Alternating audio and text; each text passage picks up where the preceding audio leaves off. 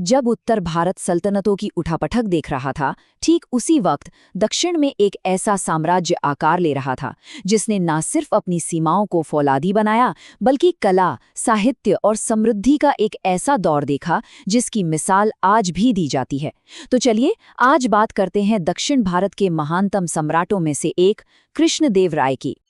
जरा सोचिए, एक यूरोपियन यात्री भारत आता है और एक ऐसा शहर देखता है कि उसके मुंह से निकलता है, ये तो रोम से भी बड़ा और शानदार है।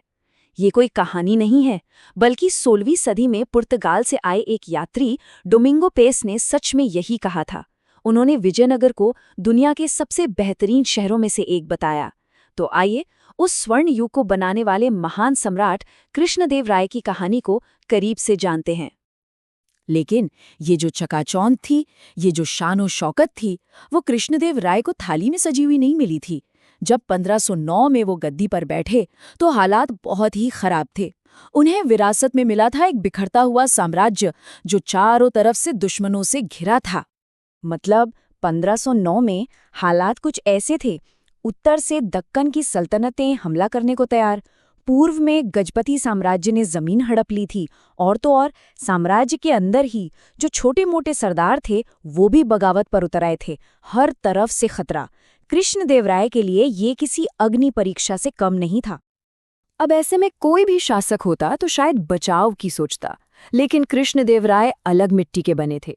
उन्होंने डिफेंसिव होने की जगह सीधा अटैक करने का फैसला किया।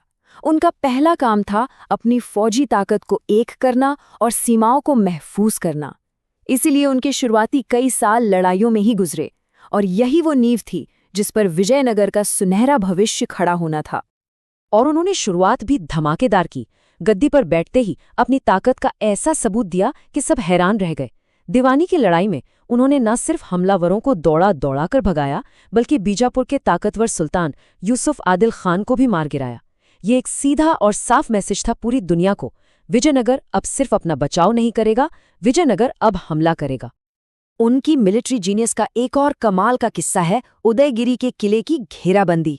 ये किला ऐसा था जिसे जीतना नामुमकिन माना जाता था। तो कृष्णदेवराय ने क्या किया? उन्होंने सीधी लड़ाई नहीं की, उन्होंने दिमाग लगाया, किले को चारों तरफ से घेर लिया और अंदर जाने वाले सारे रास्ते, मतलब खाना पानी, सब बंद कर दिया। और फिर उन्होंने 1 साल से ज्यादा इंतजार किया। बस इंतजार। आखिरकार किले के अंदर की फौज ने भूख और बीमारी से तंग आकर हथियार डाल दिए। ये थी असली स्ट्रैटेजी, ताकत और सब्र का जबरदस्त मेल। अब आते हैं उनके दौर की सबसे बड़ी, सबसे निर्णायक लड़ाई पर। वो लड़ाई जिसने ना सिर्फ विजयनगर की किस्मत तय की, बल्कि हिंदुस्तान में जंग लड़ने के तौर तरीकों को हमेशा के लिए बदल दिया। हम बात कर रहे हैं रायचूर की लड़ाई की।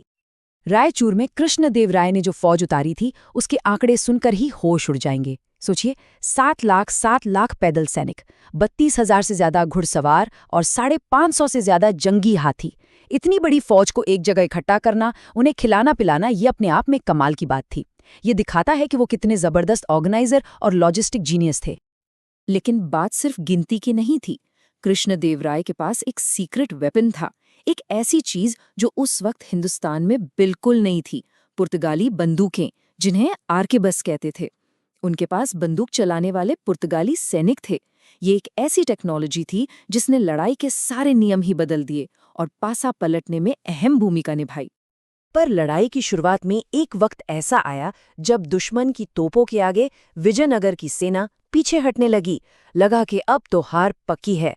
लेकिन उसी नाजुक मोड़ पर कृष्णदेवराय ने वो किया जो एक सच्चा लीडर करता है। भागने के बजाय वो अपने घोड़े पर चढ़े और ऐलान किया कि वो हार की शर्मिंदगी के साथ जीने से बेहतर मैदान में मरना पसंद करेंगे। बस उनके इस एक कदम ने, उनकी हिम्मत ने पूरी सेना में ऐसा जोश भरा कि हारी हुई बाजी पलट गई। तो जंग के मैदान में अपनी बादशाहत कायम करने के बाद कृष्णदेवराय ने अपना ध्यान एक ऐसी विरासत बनाने पर लगाया जो हमेशा हमेशा के लिए याद रखी जाए। वो ये बात अच्छी तरह जानते थे कि असली स्वर्ण युग सिर्फ तलवार के दम पर नहीं, बल्कि अच्छे शासन और निर्माण से बनता है। और उनकी ये सोच हमें उनकी लिखी किताब आमुक्तमाल्यादा में साफ साफ दिखती है। उसमें उन्होंने लिखा है कि एक राजा की असली शान जंग जीतना नहीं, बल्कि अपनी प्रजा के लिए तालाब और नहरें बनवाना है। क्या कमाल की सोच थी। और ये सोच सिर्फ कागज पर नहीं थी, उनके हर काम में नजर आती थी। और हाँ, ये सिर्फ बड़ी बड़ी बातें नहीं थीं, उन्होंने सच में ऐसा करके दिखाया। जल तंत्री कहे जाने वाले वाटर इंजीनियर्स की मदद से उन्होंने बांधों और नहरों का एक ऐसा जबरदस्त जाल बिछा दिया जिसने बंजर जमीन को भी सोना उगलने वाले खेतों में बदल दिया। यहाँ तक कि उन्होंने दसवंध नाम की एक स्कीम भी चलाई।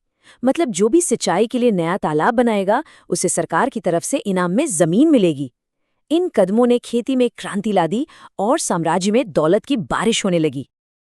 अब सवाल ये उठता है कि इतने बड़े बड़े काम और इतनी बड़ी सेना का खर्चा कहाँ से आता था? तो इसका जवाब है एक बहुत ही स्मार्ट और फेयर टैक्स सिस्टम। मतलब अलग अलग फसल पर उसकी पैदावार के हिसाब से अलग अलग टैक्स लगता था। जैसे चावल पर ज्यादा, बाजरे पर कम। इससे शाही खजाना भी भरा रहता था और किसानों पर भी ज्यादा बोझ नहीं पड़ता था। लेकिन कृष्णदेव राय की कहानी सिर्फ लड़ाइयों और प्रशासन तक ही खत्म नहीं होती। वो जितने बड़े योद्धा और शासक थे, उतने ही बड़े कला और साहित्य के प्रेमी भी थे। असल में वो खुद एक बहुत बड़े विद्वान और कवि थे। उन्होंने अपने दौर में एक ऐसा कल्चरल माहौल बनाया जिसकी मिसाल आज भी दी जाती है।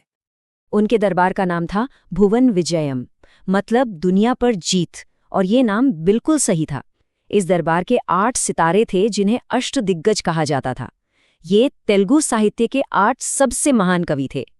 अष्टदिग्गज का मतलब है 8 हाथी। जैसे पौराणिक कथाओं में 8 हाथी 8 दिशाओं में दुनिया को संभाले हुए हैं, वैसे ही ये 8 कवि तेलुगु साहित्य की दुनिया को संभाले हुए थे। इन 8 महान कवियों में एक थे अल्लासानी पेद्दना, जिन्हें तेलुगु कविता का दादाजी भी कहते हैं। कृष्णदेव राय उनकी इतनी इज्जत करते थे कि एक बार तो उन्होंने खुद उनकी पालकी को कंधा दे दिया था। सोचिए, एक सम्राट एक कवि के लिए इतना सम्मान रखता था। और हाँ, हम सबके चहेते अपनी हाजिर जवाबी के लिए मशहूर तेनाली राम कृष्ण, वो भी इन्हीं अष्टदिग्गजों में से एक थे। और जैसा मैंने बताया, कृष्णदेव राय खुद भी एक बेहतरीन कवि थे और उन्होंने आमुक्तमाल्यदा जैसा महान ग्रंथ लिखा। लेकिन हर शानदार कहानी का अंत हमेशा खुशनुमा नहीं होता। इतनी कामयाबियों के बावजूद कृष्णदेव राय की जिंदगी के आखिरी कुछ साल बहुत ही दर्दनाक त्रासदियों से भरे थे। एक ऐसी उदासी थी जिसकी परछाई उनके शानदार राज पर भी पड़ गई। ये दुखद सिलसिला शुरू हुआ 1524 में। उन्होंने अपने 6 साल के बेटे को अपना वारिस बनाया, लेकिन कुछ ही महीनों बाद उस मासूम बच्चे की अचानक मौत हो गई। ऐसा माना जाता है कि उसे जहर दिया गया था। बेटे को खोने के गम और गुस्से में कृष्णदेव राय ने एक ऐसा फैसला ले लिया जो बहुत बड़ी भूल साबित हुआ। उन्होंने शक के आधार पर अपने सबसे वफादार और काबिल मंत्री सलूव तिम्मरुसु को अंधा करवा दिया। इस एक फैसले ने मानो साम्राज्य का दिमाग ही निकाल दिया। और इसके कुछ ही साल बाद 1529 में एक टूटे हुए दिल के साथ कृष्णदेव राय भी इस दुनिया से चले गए। भले ही उनका अंत दुखद रहा हो, लेकिन कृष्णदेव राय की विरासत आज भी जिंदा है। उनका 20 साल का शासन, सैन्य ताकत, लाजवाब प्रशासन और बेमिसाल सांस्कृतिक तरक्की का एक ऐसा संगम था कि उसे आज भी दक्षिण भारत के इतिहास का स्वर्ण युग या गोल्डन एज कहा जाता है। तो ये थे सम्राट कृष्णदेव राय, एक ऐसे शहंशाह जिनकी तलवार में जितनी धार थी उतनी ही ताकत उनकी कलम में भी थी। उन्होंने लड़ाइयाँ भी जीती और दिलों को भी जीता। लेकिन उनकी कहानी हमें एक बड़े सवाल के साथ छोड़ जाती है। क्या कोई भी स्वर्ण युग जो किसी एक महान इंसान के दम पर बना हो, क्या वो उसके जाने के बाद भी टिक सकता है? शायद विजयनगर का आगे का इतिहास हमें इस सवाल का जवाब देता है।